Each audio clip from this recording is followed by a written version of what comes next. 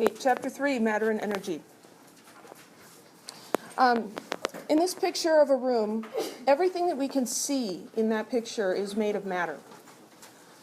Different kinds of matter are related to the differences in the molecules and atoms that make them up. The graphite in your pencil is black, soft, and slippery because of what it's made out of, the individual carbon atoms and how they interact with each other. The whiteboard is white and slippery, and its properties are different than the graphite in your pencil because of the atoms and molecules that make it up and the interactions that they have together. What is matter? I like this t-shirt. You occupy space, you have mass, you matter. This is really, positive. Matter is defined as anything that occupies space and has mass. Some types of matter we can see very easily. Can somebody name a type of matter that's visible? How about the ceiling? Is the ceiling made of matter? Yeah, sure it is. So the ceiling. How about your pencil? Yeah. So it's made out of matter. Other types of matter are impossible to see without magnification. These are the smaller particulate matter. So there is air in the room, right? We're all breathing. We're not dead yet. So there's air in the room. Can we see the air? No. Does it occupy space? Yeah. Does it have mass? It does, but we can't see it.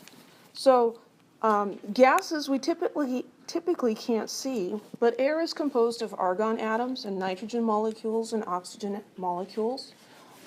But the particles are separated, and so we can't see them. Matter appears smooth and continuous often. You look at the whiteboard. It's like really nice and smooth, right? It looks like one piece, right? It doesn't look bumpy and chunky. It's actually not continuous, though. It's made up of individual building blocks.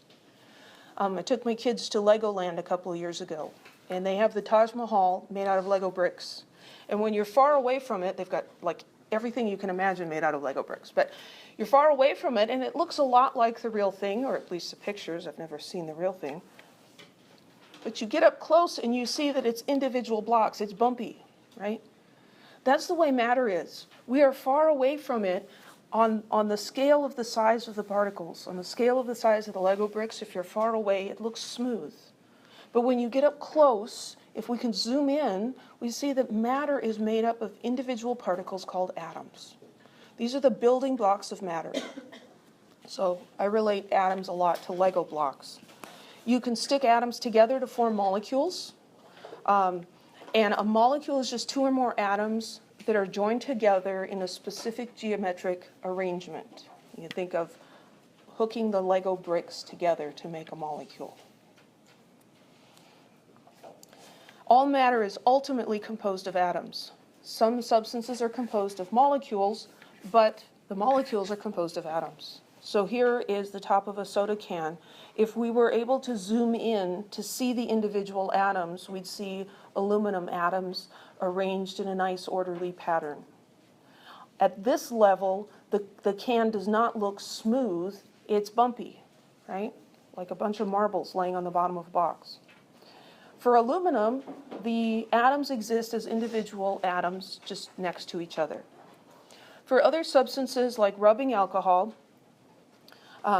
which has the chemical name isopropyl alcohol, the individual particles are molecules. They're not individual atoms. So if we could zoom in on the isopropyl alcohol, we would see molecules that look like this. Each molecule is the same as the other molecules, but these are the blocks with which isopropyl alcohol is built.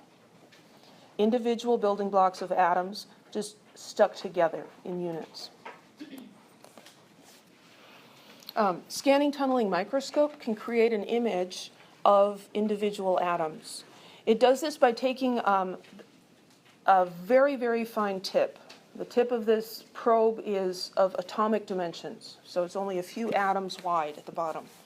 And you move that probe across the surface that we're examining, and we apply a constant current between the probe and the surface. And it's moved to keep the constant current. And so as it goes over, it goes back and forth, we can generate a computer image of individual atoms. It's not very good resolution. Atoms are not cone-shaped, they are spherical, but this is the best we can do. This is not even an optical image, it's computer generated, but this is the best image that we can get directly of atoms.